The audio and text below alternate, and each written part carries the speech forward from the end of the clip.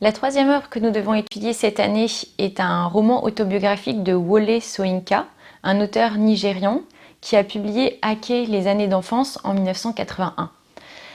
Et donc, à titre introductif, ce que l'on peut commencer par dire, c'est que nous sommes ici dans un cas d'introspection. Un auteur aborde sa propre enfance, il se met au miroir, il se replace à hauteur d'enfant en démarrant par vraiment la très petite enfance. Et donc il va nous raconter des anecdotes minuscules qu'il va sauver de l'oubli, telles des Madeleines de Proust, pour nous livrer en fait son intimité. Il va se livrer, il va nous donner à voir, à entrer dans sa maisonnée, voir où est le lave-main, voir où sont les chambres, la natte communautaire, imaginer son père en train de faire sa gymnastique pendant qu'il dort ou fait semblant de dormir une fois réveillé.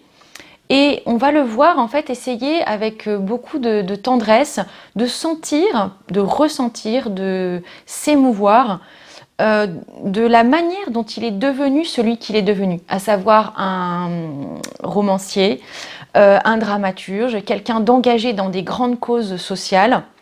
Et donc on va sentir que tout cela était en germe dès le petit détail de petites choses. Parfois on se demande pourquoi il décrit certains amis de ses parents, etc. Mais finalement on voit que c'est à travers ce tissu fin en fait d'événements, ces micro-événements d'une vie, qu'on peut ensuite bâtir un homme qui va devenir prix Nobel de littérature pour son œuvre.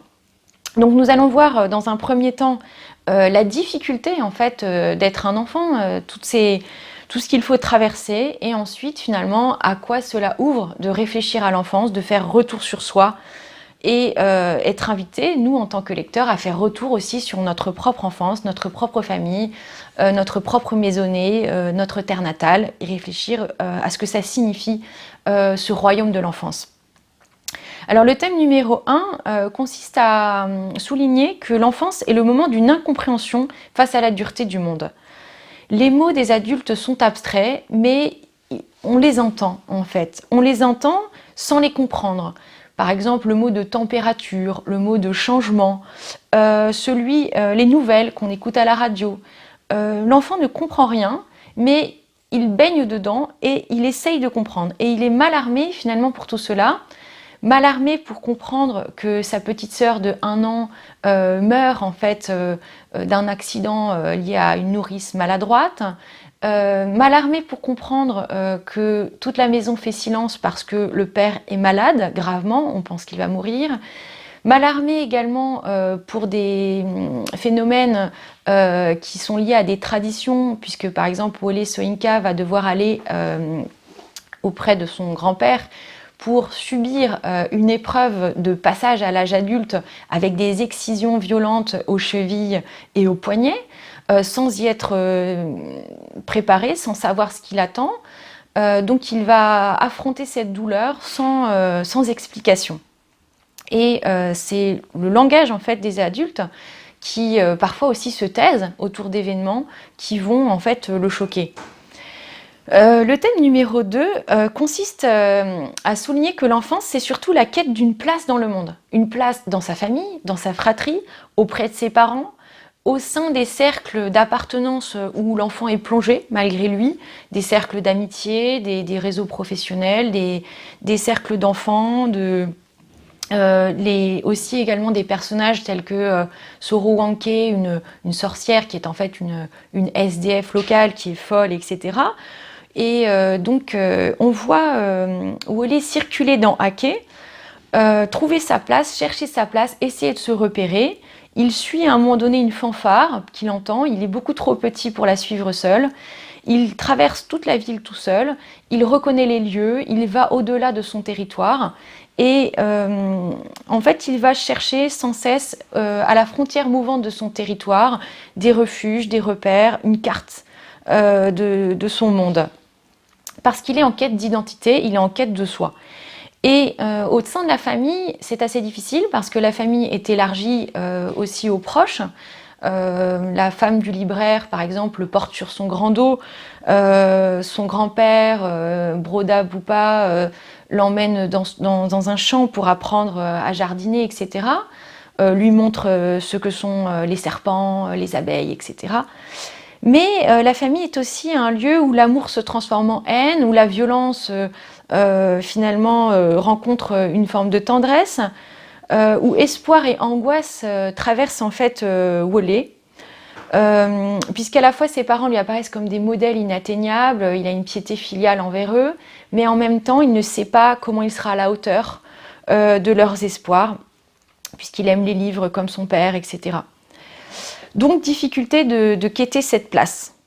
Le thème numéro 3 consiste à voir l'enfance comme une navigation entre des croyances plurielles, puisque l'enfant en fait reçoit plusieurs éducations en même temps qui font choc.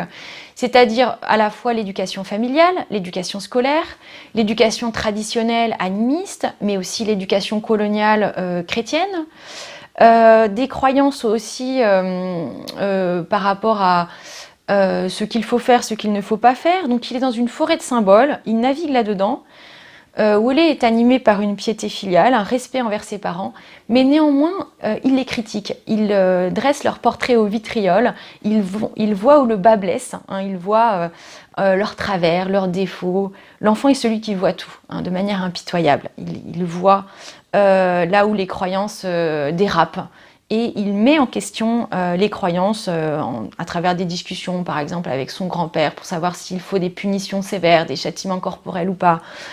Et donc, est-ce que ça forge le tempérament ou pas? Donc, il questionne tout cela. Mais, malgré cette difficulté, finalement, il faut voir que ce livre montre une conquête, une ascension et un héroïsme qui vont faire que Wole va devenir qui il est devenu. Donc, il y a des aspects beaucoup plus lumineux et positifs. Le thème numéro 4 consiste à souligner que l'enfance est avant tout l'aventure du quotidien. C'est le moment des premières fois qui ne reviendront pas. La saveur des premières fois, c'est ça la douceur de l'enfance, les goûts, etc. La première fois où il va manger du serpent alors qu'on lui a dit que ça ne se mangeait pas dans sa famille et finalement s'apercevoir que c'est pas si mauvais que ça. La première fois où il va par exemple aussi voir ce serpent, apprendre comment se cacher des abeilles, etc.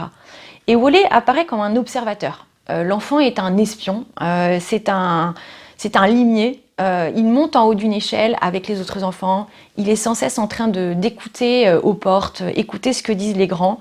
Et il est aussi maître de son royaume. Il a ses endroits cachés. Il a son rocher qu'il appelle Jonas, où il se réfugie. Il est quelque part, c'est son petit monde. En fait, l'enfance, quand on parle de notre enfance, on parle de ce qui nous appartient, ce qu'on a en propre, en fait. Notre terre natale, notre maison, c'est notre maison. Rien ne nous appartiendra autant que notre famille, notre maison, notre chambrée, etc. Donc, c'est ce qu'on possède. C'est pour ça qu'on peut s'y ressourcer. On n'a aucun doute du fait qu'on possède cela. Thème numéro 5, il faudrait souligner aussi l'enfance comme moment de lucidité. Parce que, certes, l'enfant n'entend pas grand-chose à ce que disent les adultes. Certes, il est tenté par la fuite, l'évasion, puisqu'il ne comprend pas, mais il est aussi celui qui s'engage en fin de compte, qui voit déjà les valeurs qui ont du sens pour lui. En aux âmes bien nées, la valeur n'attend pas le nombre des années, nous dit Corneille. Eh bien, c'est exactement cela. En fait, Wole, par exemple, s'indigne du fait que les sœurs de son père sont pauvres et doivent transporter sur 50-60 km des lourdes charges. Il s'indigne également qu'un jeune homme se prenne 150 coups de bâton parce qu'en fait, il a mis enceinte une jeune fille et qu'il doit subir cela, cet affront devant tout le monde. Il s'indigne également avec toutes les femmes que Chrétienne Sauvage, sa femme, accueille chez lui, du fait qu'elles doivent payer l'impôt. Et donc, il contribue à lutter contre l'illettrisme, à être leur professeur. Donc, il a à la fois une lucidité et puis un engagement déjà très prononcé. Et pour terminer, on pourrait souligner qu'il s'agit d'une autobiographie, c'est-à-dire d'un retour nostalgique à la terre natale, puisque Wole s'aperçoit que les endroits qu'il a aimés enfant n'existent plus. Et donc que les carcasses de voitures dans lesquelles il jouait, le banc qu'il a pris pour une balançoire, finalement sont un peu dérisoires. Et entre acceptation de cet aspect dérisoire et élévation au sublime à la spiritualité, il n'y a qu'un pas. Parce que à la fois l'enfance est un Éden perdu, est un paradis perdu, mais c'est parce qu'il est perdu qu'on en est sorti, qu'on a compris qu'il n'existait plus, qu'il peut finalement réellement nous enrichir. Parce que l'on voit qu'il a fallu traverser tout cela, renoncer à des idéaux, renoncer peut-être à certains enchantements pour devenir qui on est. Et c'est toute la poésie en fait de ce livre, la mélancolie, la douce mélancolie que nous donne à voir Wole Soyinka. Donc à la différence de poètes comme Aimé Césaire, Édouard Glissant, Patrick Chamoiseau, qui ont aussi travaillé sur la négritude, le retour en fait à la terre natale comme un royaume pour se ressourcer, Wole Soyinka ne parle pas forcément en termes de négritude, etc. Mais on comprend qu'il est fier d'avoir traversé la forêt des esprits animistes et qu'en fait, il décrypte aussi la violence du colonialisme entre les lignes, ce que le colonialisme a d'insupportable. Et donc, à travers tout ce qui grince dans son histoire, par moments, on se rend compte de la responsabilité en fait de l'Occident face à l'Afrique. Et donc c'est ce qui fait en fait pour nous qui entendons cette enfance exotique au pays des Goyaviers, c'est ce qui fait pour nous en fait la saveur en fait de ce livre auquel nous pouvons aussi nous ressourcer en tant qu'occidentaux qui n'avons pas vécu au village d'Issara, donc à Abeokuta ou dans la mission d'Ake.